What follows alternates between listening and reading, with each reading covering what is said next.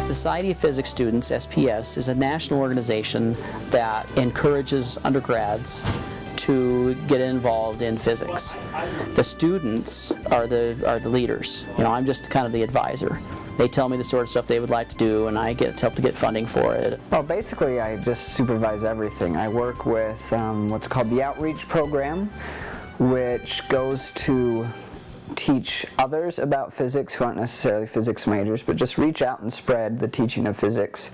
We also do activities, and I help coordinate those different things. We've had stuff ranging from planetarium shows that are very physics oriented to stuff that we just think is fun, like eating contests and ping pong tournaments. I guess it's really just sort of sharing with other people the excitement that there is for physics, going to scouts groups and schools and sharing with them the excitement, because most of the time people think of physics and they think, oh, boring mathematics, but I think they don't realize how interesting physics can get, how the Tesla and all the Van de Graaff generators and all the different machines we use really are interesting. The other fun thing that we do with SPS is that the SPS students have some grant money that we got from the National Association that we use to go out and do science shows for little kids, for Cub Scout troops and elementary school classrooms and stuff like that. So if we find a teacher that's interested, we have a set of stuff that we put on a cart and take over to their school and light stuff on fire and blow it up and suspend it with electromagnetic fields and static electricity and heat and sound and all that kind of stuff. And they love it. The kids love it. The cinder block and bed of nails is always the highlight of everything. I like playing with the liquid nitrogen.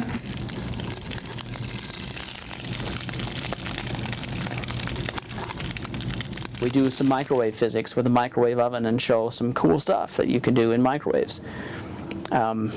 We usually get the microwave from DI, so when we inevitably damage the microwave, putting stuff in it that you really shouldn't put in your mom's microwave, that it's just from DI. It costs us $10. I think one thing that a lot of physics and math and science-oriented people find is that there's not a lot of us out there.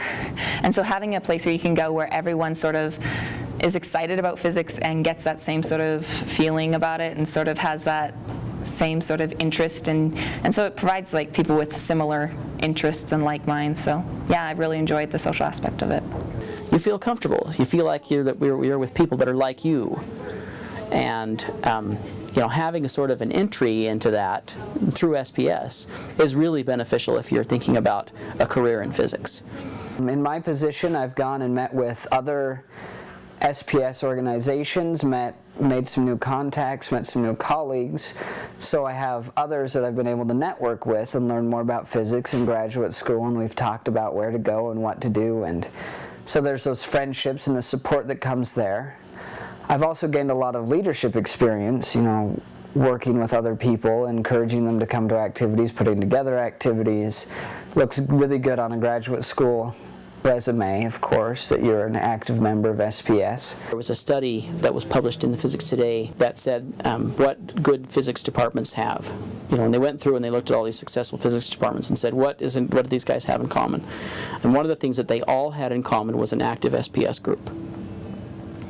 So I feel like that if we expect to really attract good students and keep them, then SPS is a big part of that. Come and get involved as well. You don't have to be a physicist to be involved in the SPS. You can come to our activities, you can come learn more about physics, you can come and just have fun.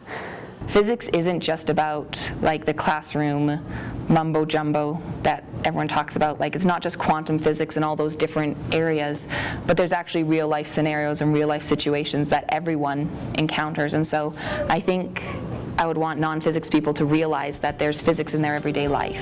There are things that science can do for you, career-wise and intellectually, that's unique to science, that you're not going to get anywhere else.